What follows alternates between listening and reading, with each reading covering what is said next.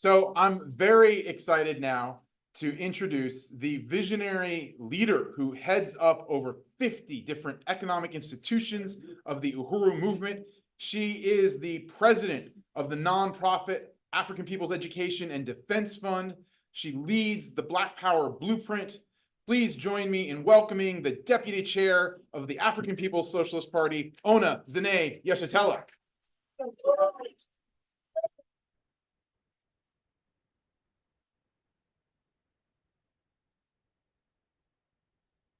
Hello, everybody.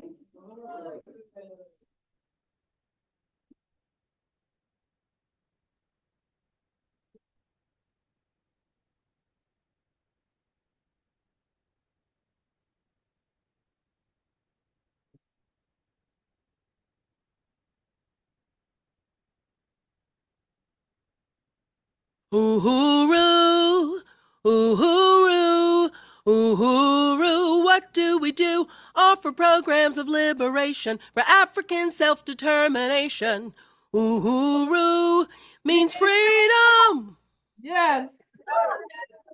So I just really want to thank Renda Fearton out of Philadelphia, who came up with that jingle for us for the furniture store. So now we're using that jingle at every event that we do. So again, my name is Ona Zené Yeshitela, and I want to thank you all for being here and sharing your time at this important conference today. On July 29, 2022, the U.S. government attempted to end our struggle against colonialism. The attack against our party, the Uhuru movement, was designed to stop our work to build an independent anti-colonial economy.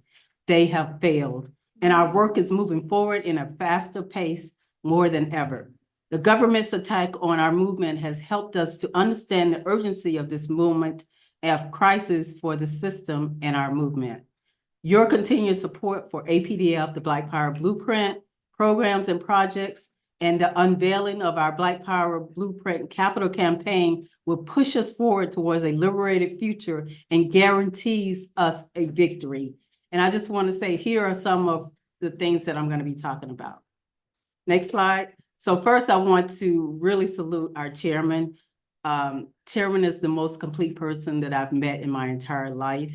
And the chairman is the chairman of the African People's Socialist Party and has succeeded in giving ideological, political, and organizational coherence to our anti-colonial movement that was nearly destroyed by colonial military assaults during the 1960s.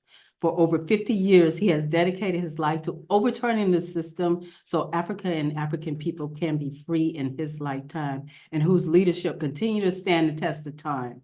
I would like to also recognize the leadership of APSP, the National Central Committee as well. I want to give a big uhuru to Chairwoman Penny Hess, who is the first white woman to go into the white community and challenge white people to stand on the right side of African and indigenous people all around the world. I want to salute the leadership of Comrade President Jesse Neville, who continues to fight on every front in white communities all over the world for reparations to the African community.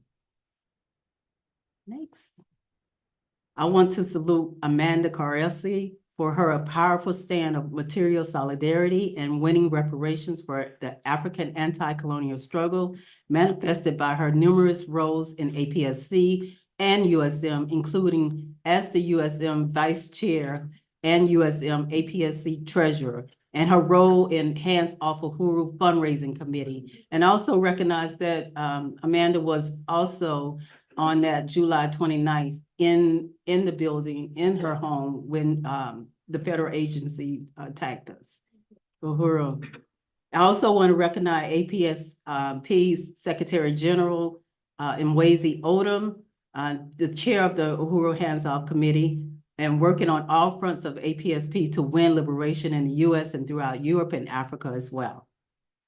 Director Achille Nai, who is Director of Education and Propaganda. She's over the editor of the Burning Spear newspaper and leads the Black Power 96 radio station. One of the leaders also attacked on by the FBI on July 29th in 2022. Also, I want to recognize APSP Northern Region Representative Emmanuel McComb. Also, Chief of Staff Ikenge Malay is here as well. And I really want to salute my comrade Kitty Riley, who cannot be with us today, but who has been on the ground with me side by side, working with me since 2017. You know, when I was sent here by the chairman to come in 2016, I came here and I called the chairman up. I said, I need help. And Kitty Riley would answer that call, and she has been on the ground with me ever since. And we just want to wish you, Kitty, I call her Catherine the Great, a speedy recovery, and we're wishing you the best. Uhuru. I want to also recognize USM donors, members, and all the volunteers, and just want to thank you for being here and supporting Uhuru Solidarity Movement. I just want to thank you all for being so incredibly awesome. Can I get an Uhuru? Can I get another Uhuru? Uhuru. And I could not have this presentation without acknowledging one of the most dynamic committees in our movement right now. And that's the mighty, mighty, mighty grants team. And I would, if you're here, I would like to see if you can come forward. Maureen Wagner, who is the chair. Janice Kant, who is the vice chair. Wendy, I know Wendy Craig is in San Diego and she couldn't be with us today, but I know she's watching online. Just want to acknowledge Wendy. You'll hear more about what Wendy is doing coming up. Come on up. And also I want to acknowledge Leah. I feel, can you come up, Leah? And I just want to say that this grant teams have developed programs and priorities for funding all areas of our movement in the past short 3 years of our existence. I had the honor of fighting to build this committee, and it has proven to be one of the most significant, relentless executive committees in our economic work today. Maureen is the chair, and Janice is the vice chair. Wendy is the project manager and volunteer coordinator. And a big advancement in 2021 happened when Leah came onto the exec team as a representative of USM and the Reparation Legacy Project, funding the Black Power Blueprint projects. Leah is an outstanding researcher. She is an awesome writer, and she has had deep political presentations on grants and the Reparation Legacy Conference and the USM Telethon. I just want to bring this team up and just really acknowledge the great work that they have done over the past 3 short years in our existence. Uhuru.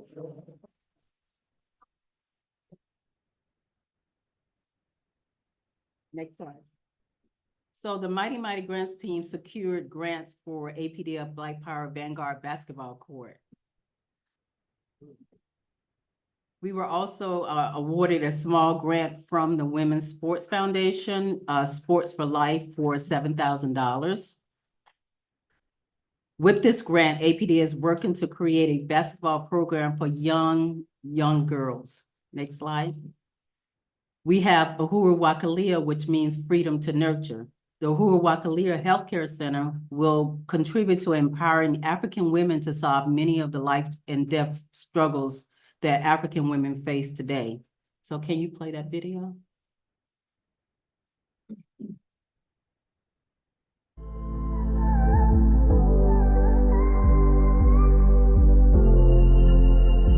Each year, the number of babies that die during childbirth in St. Louis could populate 15 kindergarten classrooms.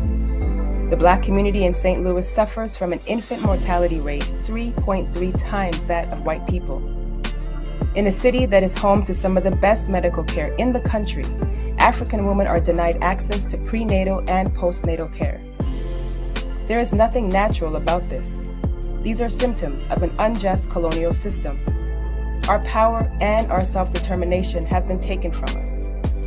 But we are fighting to take back the power over our own communities and resources and the futures of our children.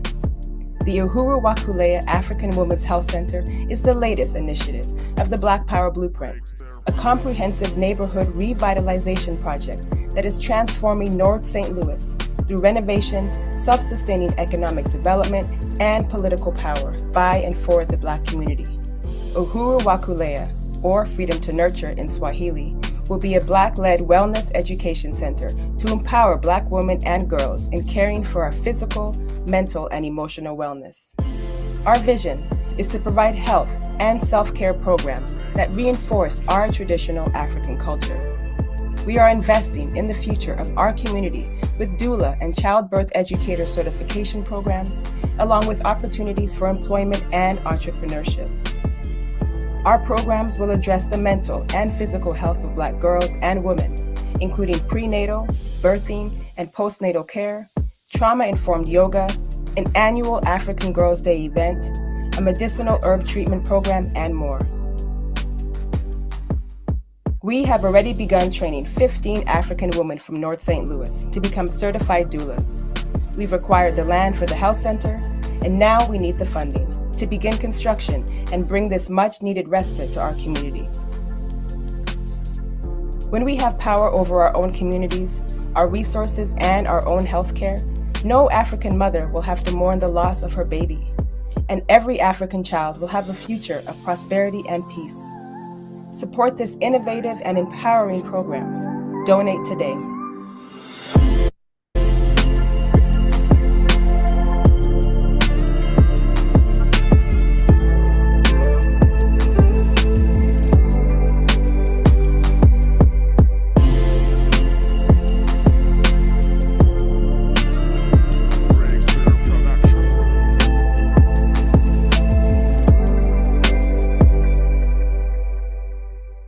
Uhuru. Next slide. Okay, so the grant team secured 2 important grants related to Uhuru Health Center. The first one was from Gateway Green Alliance, the Green Party of St. Louis, and CAMP, empowers creation, expression using art, media, education, and urban sustainability to celebrate diversity, promote healthy living, and connect efforts for social and environmental justice. And also they give many grants for programs to strengthen the community, one project at a time. So I really want to, next slide, to send a special salute to Comrade Angelica. Can you stand up, Angelica? Can you stand up? Yes. Yes. For always bringing her time, her resources, knowledge, and to the African working class community and to the Black Power Blueprint. We secured a $3,000 grant, and those funds would go to next slide, Uhuru merchandise product line that would serve as an economic development project, so we can be able to raise resources for the Women's Health Center. So APDF and the Black Power Blueprint will partner with Decolonize to create a special line of belly butters. I always try to get that right, belly butters for pregnant women. We want to have our own packaging and labels for Uhuru by Decolonize. Next slide. These belly butters will be made of a variety of scents of lavender, coconut, vanilla, and more. While these butters are made for pregnant women, everyone will be able to use them in their daily health routine. And we're also bringing back the ODC Vanguard 7 lipstick collection as well. So those lipsticks were named after, of course, Africa, Mother Africa, Revolutionary Red, Vanguard 7, Solidarity, Black Power, Izwe Africa, and Cadre. These are beautiful lipsticks that were designed by African woman who happened to be my niece, who works for movie productions in Atlanta. So I came up with this concept, and she made it a reality for our movement. Next slide. We will also want to introduce a line of rebozos. We'll also be commissioning Africa hats, diaper bags, and rebozos as an economic project as well. We will go live with these items to help promote the funding for our Uhuru campaign. And here is just some more rebozos and rings. Next slide. And some more, we're going to also be doing the baby bags as well. We'll be having hats, head wraps, kids wraps, rings for the wraps, and also baby bags. Next slide. The second grant we received was from members of the Civic Scholars Fellowship at WashU for $4,700. The students reached out to the Black Power Blueprint as they knew there were funds available that would help our organization and the community. Cameron asked if the Black Power Blueprint would be open to partnering with her and her fellow scholars specifically for the Uhuru Wakalia.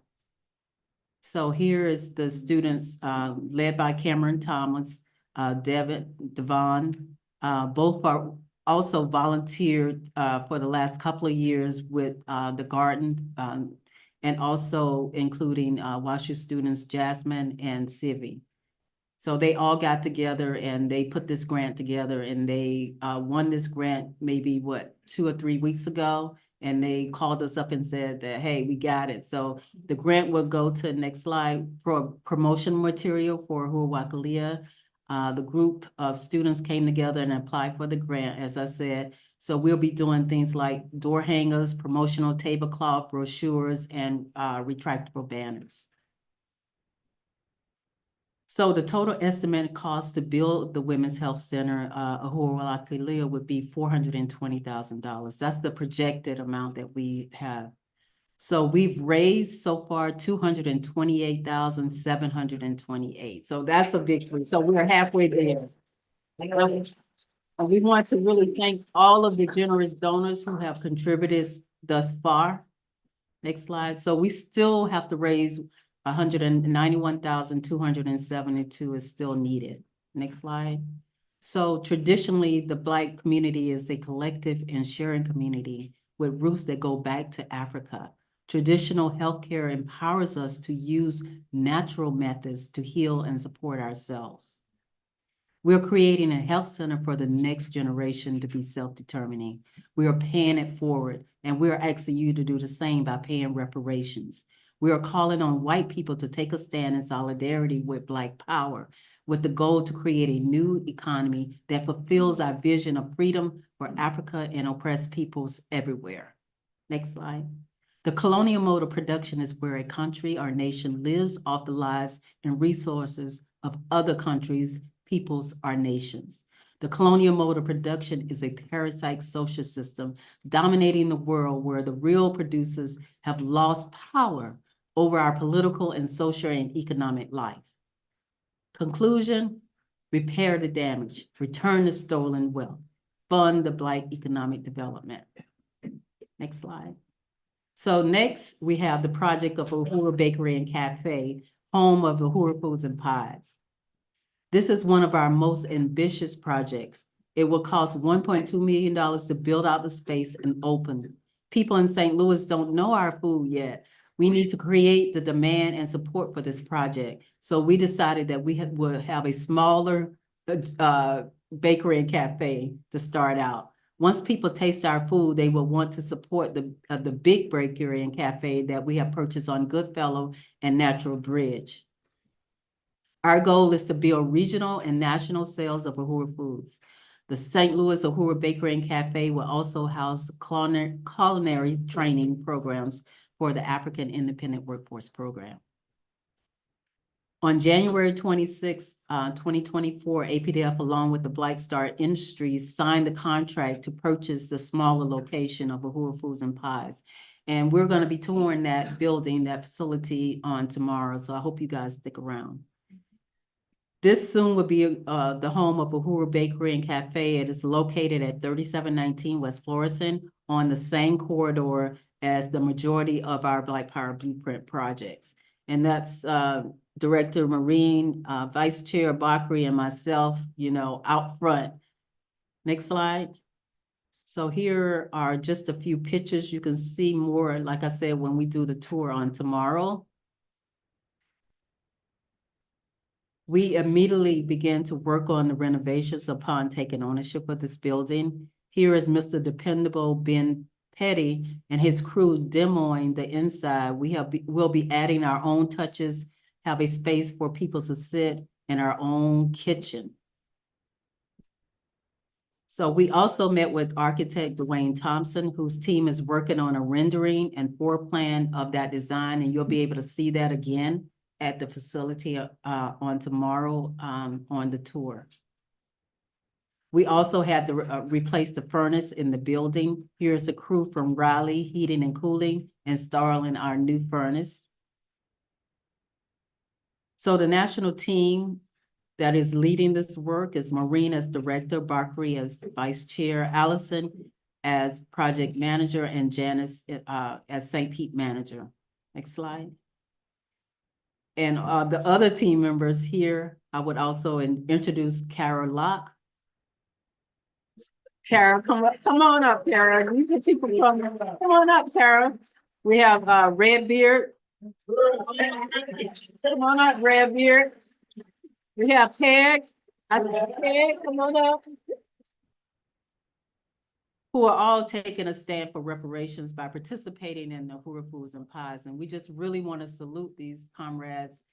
They come from San Francisco, Oakland, California, and St. Petersburg, Florida. We're saying be like Peg, be like Redbeard, be like Kara. Uhuru.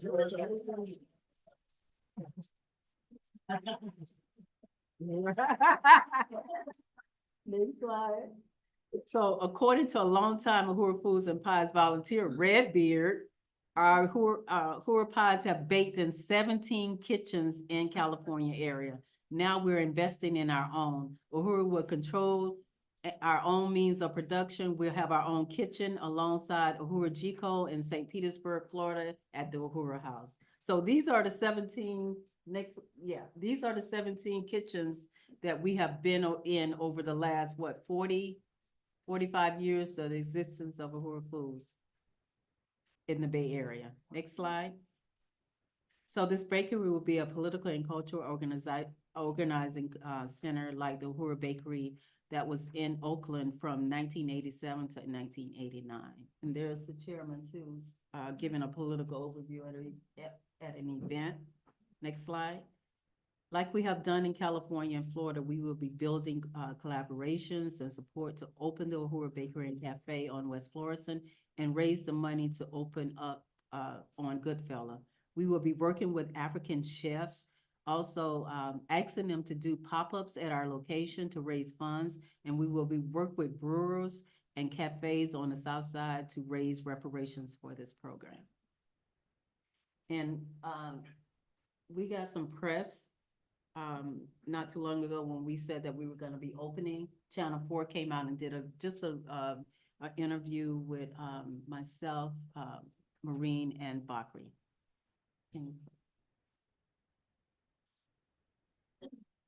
For the second half hour of First Alert 4 at 4, I'm David Amilati. For decades, the St. Louis area has dealt with food deserts. Now, a new place to get food is set to open later this year in North St. Louis City with ties to California. It is on West Florissant, south of Interstate 70 in North St. Louis. Uhuru Food and Pies has operated for years in Oakland, California, selling their food at events and farmers markets. Now Uhuru Food and Pies is taking over the old Lanford Grill in North City. The building is in the process of getting new furnishings and appliances. Once that's done, they'll start serving up African cuisine and homemade pies. We're going to have the best food around. We have our pies, we have our savory pies, sweet pies, we have jerk chicken. We're going to be creating new pies and new flavors. Of course, with this being the Midwest, we're going to bring the barbecue sauce in the mix somehow. And the owners say the location of their new project isn't by accident. I'm looking forward to the food because this is considered a food desert. So we're here to, change that. They say there's few options for residents to get affordable home-cooked food in their area. Uhuru's mission is to change that. If you can look around the community, you can see the devastation of the African community here in St. Louis. And this was once a thriving community, and we want to bring that back here to St. Louis. We want to put power in the hands of the people to be able to control the ability for us to eat and house and clothe ourselves instead of depending on someone outside the community. Uhuru Food and Pies has partnered with the African People's Education and Defense Fund, which has other community projects in the area. They hope for an opening date sometime this summer. Very excited.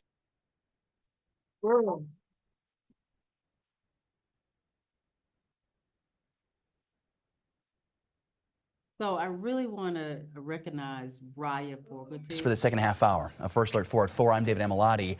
For decades. Yeah, I really want to recognize Raya, who's based out of Chicago right now, but Raya is the master of media.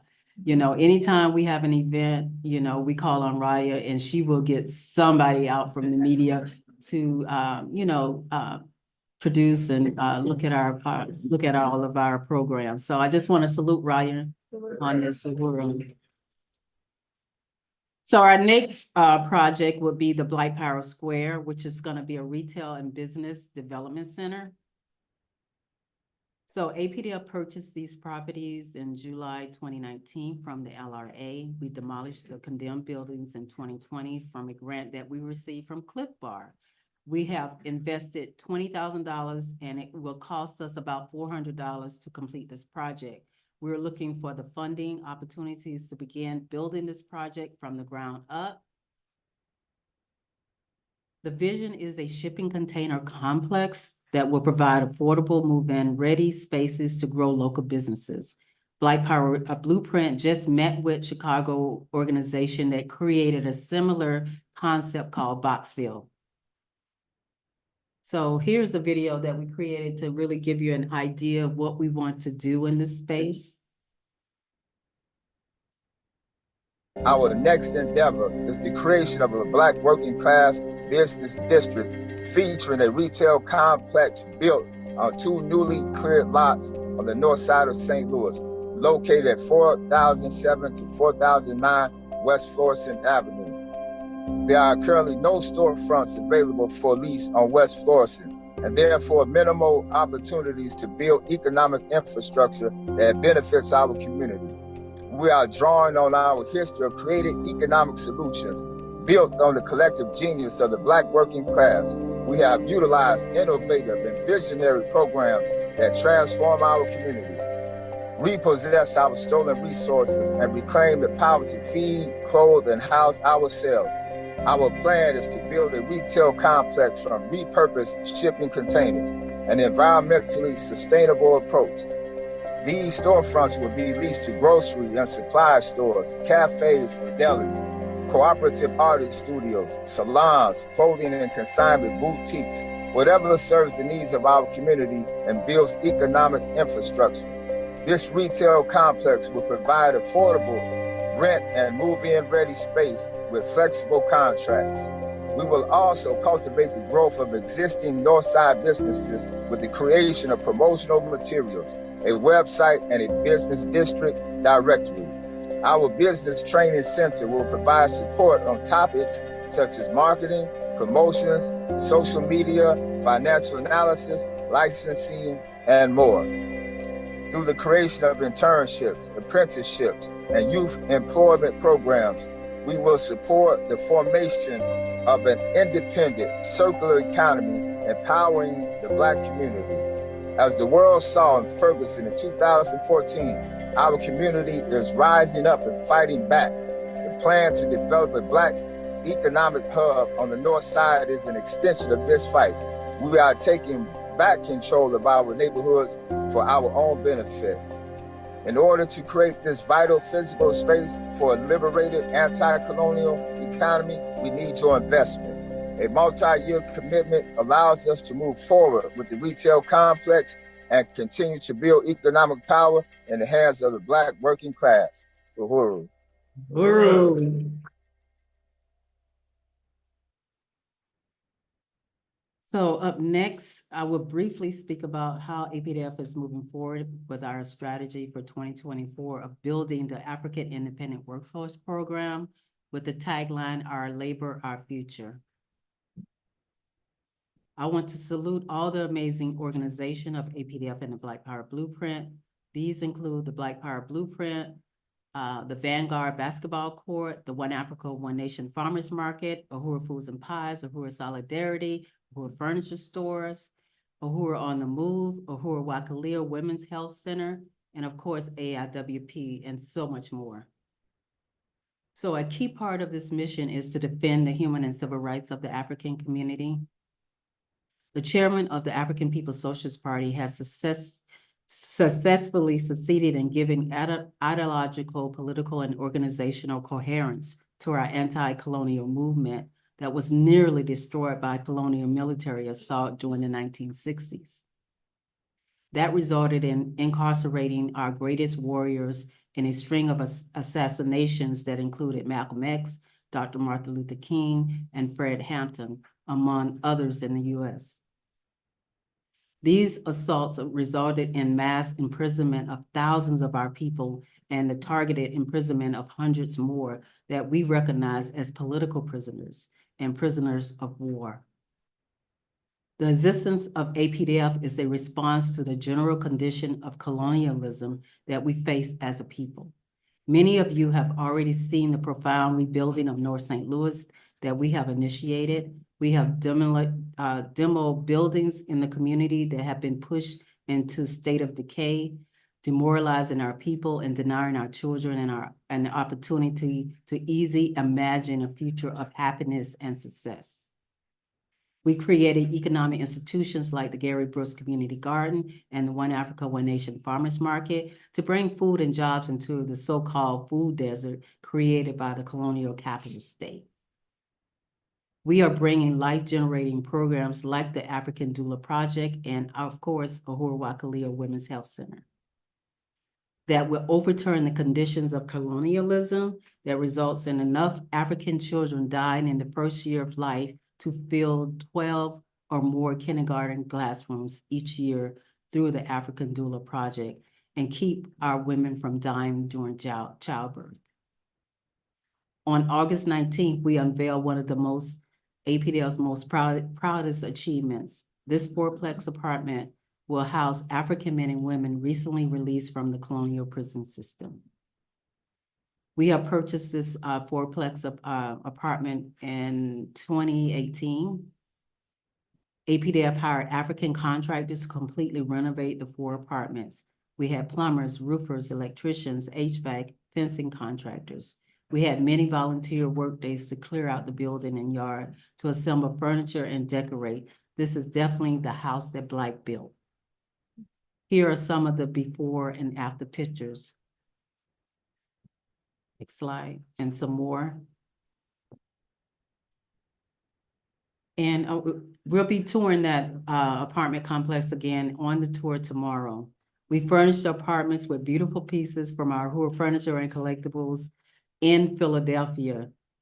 They drove 900 miles through the mountains in a snowstorm to bring the quality furniture and one piece of hand-painted Enzo furniture to each apartment.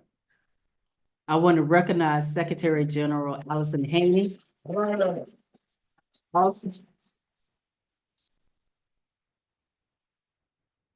who has led Uhuru Furniture and Collective for 35 plus years and now has moved to St. Louis and on the ground here in St. Louis to help us make all this a reality. JD Chef Foundation provided a grant for all of the appliances and the HVAC system that you will see in this apartment complex. Next slide. With funding from Cliff Bar and JD Chef Foundation and hundreds of donors from St. Louis and around the country, we were able to make this happen. We also purchased the lot next door that we now transform into the Black Power Vanguard basketball court. We had that grand opening on June 17th of 2023. It was amazing. These are just some of the pictures. This fourplex is named from a funding Richard Lake, Long live.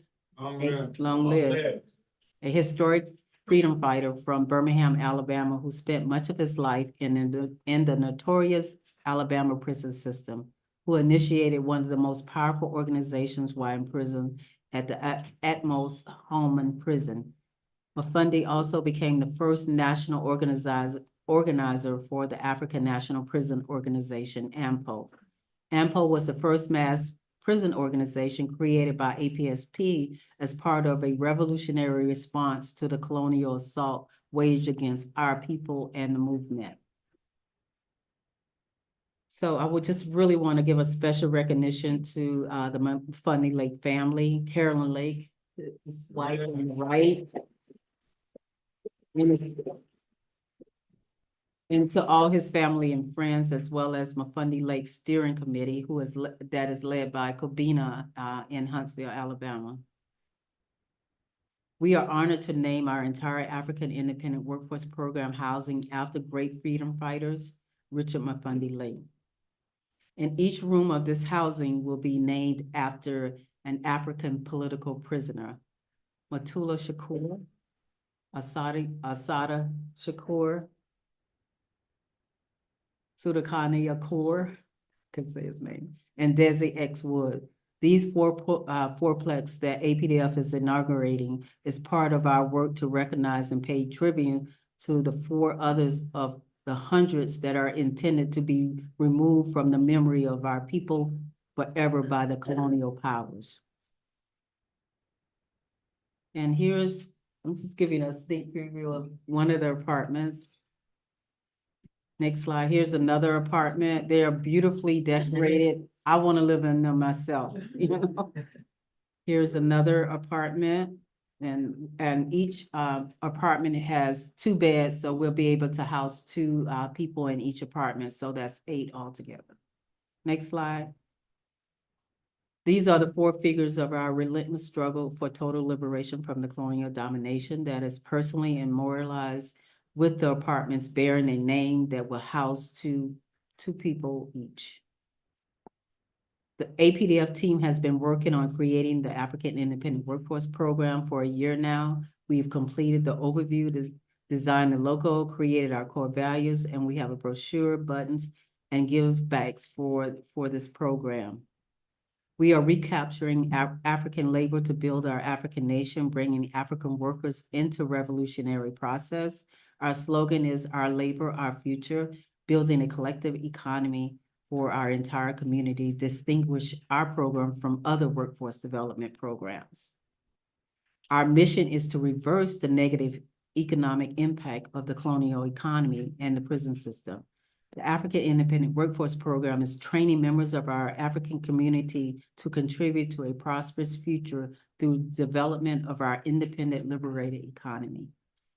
Our vision is our African labor is now producing for ourselves, meeting the essential needs of our food, clothing, and shelter, and creating prosperous, self-determinating African communities everywhere.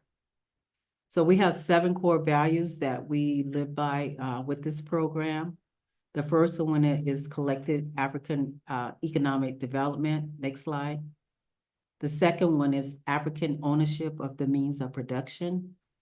The third is empowerment and leadership of African working class. The fourth is transform individuals with confidence, skills, and respect. The fifth is team building and collective leadership. 6, organization and personal integrity. And 7, the collaboration and partnership with like-minded organizations and individuals. So the prison system have always been used as a colonial tool against the African community. We are 13% of the US population, but we are more than 40% of the prison population. 1 in 3 Black men and 1 in 18 Black women will go to prison in their lifetime. And in recent period, the fastest growing prison population is African women. In 5 years in the late 1990s, the incarceration rate of African women in the US increased by 828%. Today, an African woman is 8 times more likely than a white woman to be in prison. Black women are mostly in prison for non-violent drug or property-related offenses, what they so-called crimes of survival. We will be creating opportunities for formerly incarcerated African women and men to receive training, gain employment, and become stakeholders in a prosperous economy for our entire community. We are building a collective economy for our entire community. This distinguishes our programs from other workforce programs. We are not just trying to improve the livelihood and opportunities of individuals. We are creating opportunities for African men and women in our community to receive training, gain employment, and become stakeholders in a prosperous economy for our entire community. The AIWP would include the culinary programs at Uhuru Jiko, training for Uhuru on the Move, Black Power 96, Decolonize, Uhuru Foods and Pies, the One Africa, One Nation Marketplace, Uhuru Planet, Burning Spear Media, and more. We have designed a workforce development training program to develop future chefs, bakers, line cooks, caterers, and production managers, professional furniture movers and stagers, truck drivers, store managers, artists, graphic artists, you name it. We are going to be contributing to this program to see it through to the end. We would include our Humanda Zu Maisha program. This is a Swahili for life services. We plan to provide life skills and resources for all of our participants. We know that the colonial powers are looking for free labor to maintain the colonial mode of production and the capitalist system. In fact, the entire system was born off of our free labor. The 13th Amendment of the Constitution did not end slavery. It made slavery legal in prison.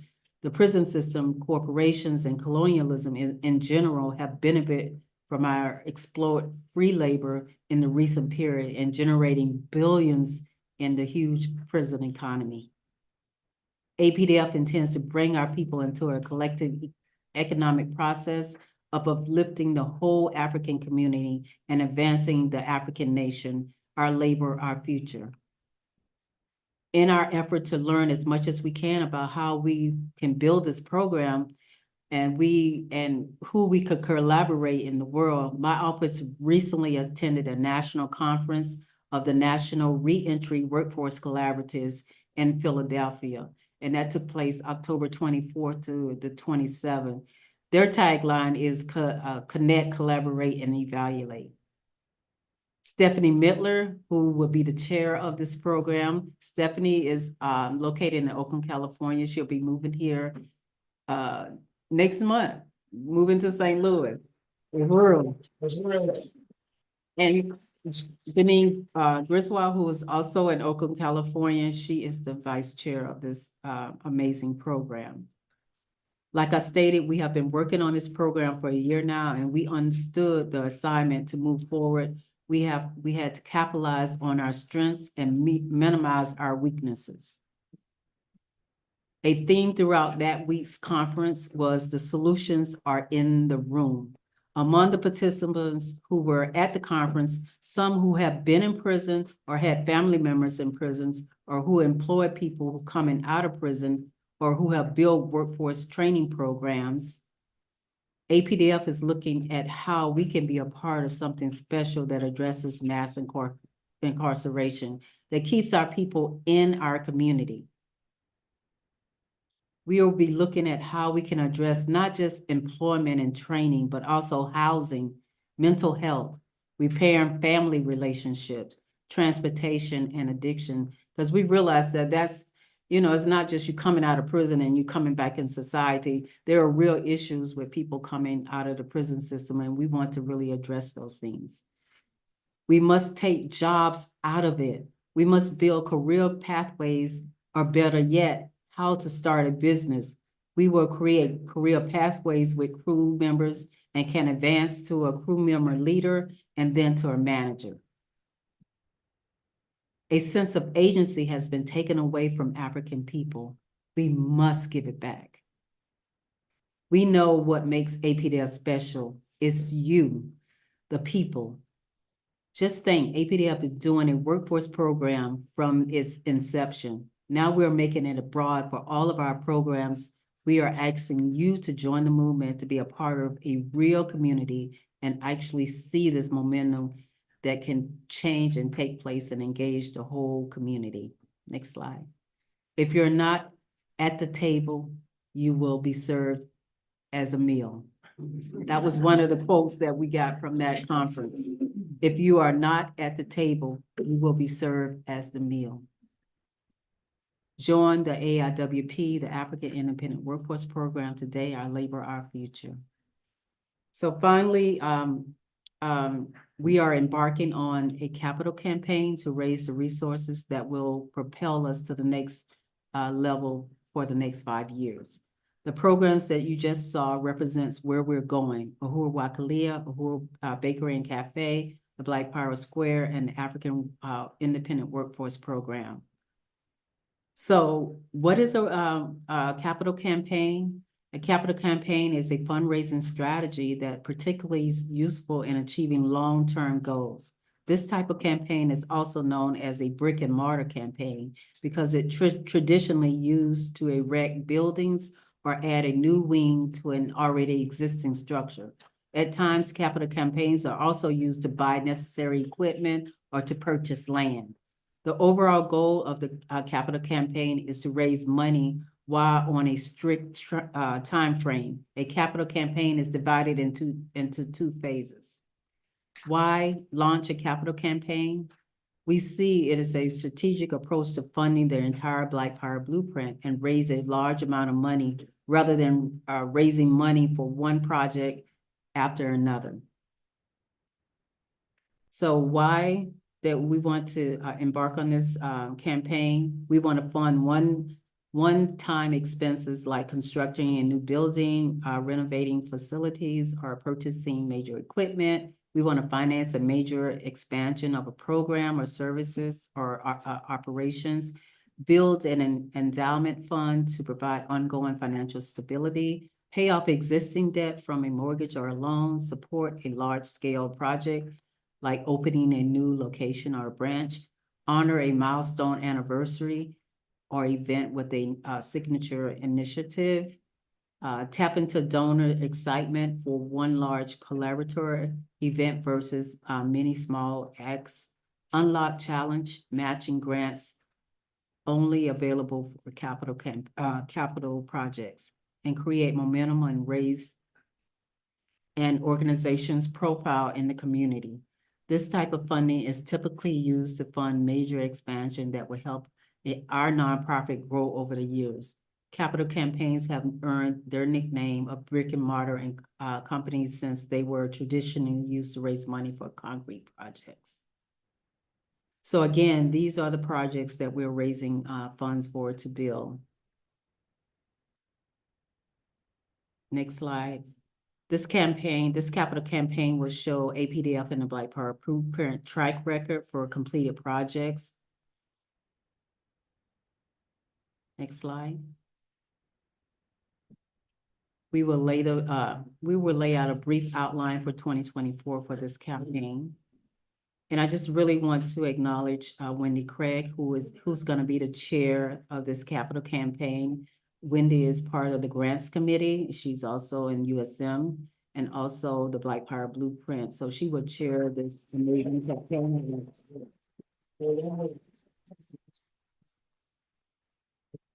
So the first thing that we have to do is create the budget. Next slide. Overall, the campaign budget goals include all of the costs associated with the campaign. Cost of running the campaign itself, how much it will cost to run and market the campaign, cost of the target construction of the projects. So our overall estimate goal is $3 million. And that is a kick in the bucket when you talk about all the different things that we have laid out for the Black Power Blueprint over the next 5 years. $3 million is nothing. One person can write a check for $3 million and we will be set. Next slide. Also, Kitty Riley, who's in the Office of Reparation and Economic Development. She's project manager of Black Power Blueprint, the African People's Education and Defense Fund secretary, and also over the Africans 1 Billion Strong donor team. Next slide. So Kitty is leading the donor team. This team will be making a gift range chart that targets the number of donors we need to secure for each given level to reach our goal for the capital campaign. This is our draft of the gift range chart. It shows how many donors we need at each gift level and how many prospects we need to meet that goal. We can increase donors and donations in a few ways. One is to initiate an ambassador program, dig into our donors and contract database to seek out those who are really passionate for the Black Power Blueprint. Ambassadors are the face for the funding campaign that would influence their base to become involved. For an example, someone could give $50,000 over 5 years at $10,000 per year. This benefits APDF with a sizable donation and helps with our financial planning. This is not about asking for money. Regular personal communications include updates on the progress reports, milestones, celebrations, and personal video messages. And I really want to recognize Ruby Gillison, who is also here from Philadelphia, who has moved from Philadelphia to St. Louis. And she will be playing a major role in helping making this area of the work happen. Next slide. Also want to acknowledge Maureen Wagner, who's Director of Uhuru Foods and Pies, chairs the grant committee, and also a member of the African People's Education and Defense Fund as the treasurer. So Maureen will develop a campaign timeline. Next slide. This is a template for a campaign, capital campaign timeline. We anticipate that this campaign will run about 18 months for the Black Power Blueprint. Each phase has specific milestones. This phase includes creating a budget, drafting the case for the support, including making videos of the project and creating gift range and depth charts. This initial phase is when the majority of the funding is done. At this time, we are reaching out to major donors and working to raise 60 to 70% of our goal, or approximately $2 million. In this phase, we are reaching out to lead donors and looking for new large donors. The kickoff of the public phase, where we would announce our goal, issue a press release, and hold a major event to win other donors to the campaign. During this phase, we will carry out direct mail and email solicitation, phone-a-thons, more events, and crowdfunding, and go back to those we have reached out in the quiet phase who are still uncommitted. In this phase, we plan to raise approximately $1 million. We will have met the goal. It's time to celebrate and express gratitude to our staff, volunteers, and donors. We will send out thank yous, letters, and pledge reminders, and sum up the campaign. And I wanted to introduce Janice Kent, who is the administrator for APDF, leads the Uhuru Foods and Pies in St. Pete, and is the vice chair of the grants committee, and also on the African 1 Billion Strong Donor Campaign. Janice.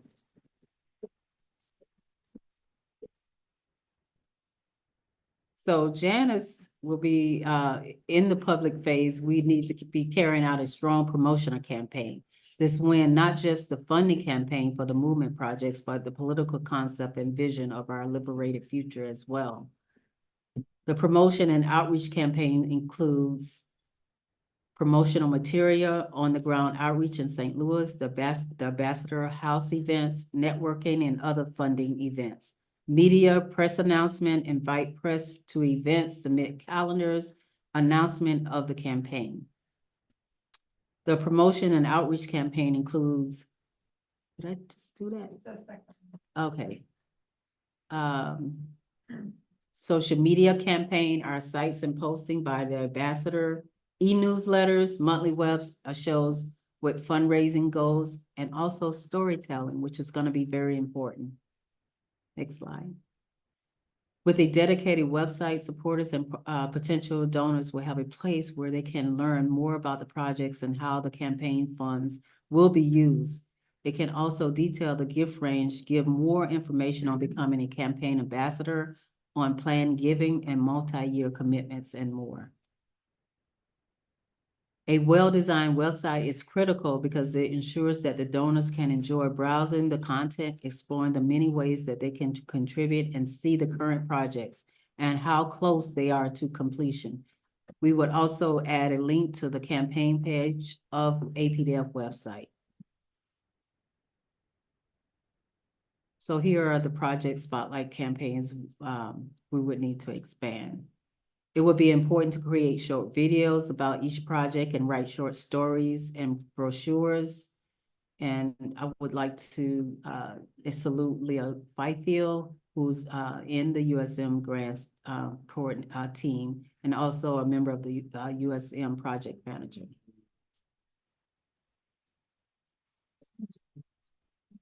So at this stage, we must reach out to all of our donors, ask for donations towards specific items such as kitchen equipment for completing the bill out for Hurajico, naming our opportunities. We want to win donors to the idea of naming buildings, rooms, not after the donors themselves, but after appropriate African heroes with African phrases and words.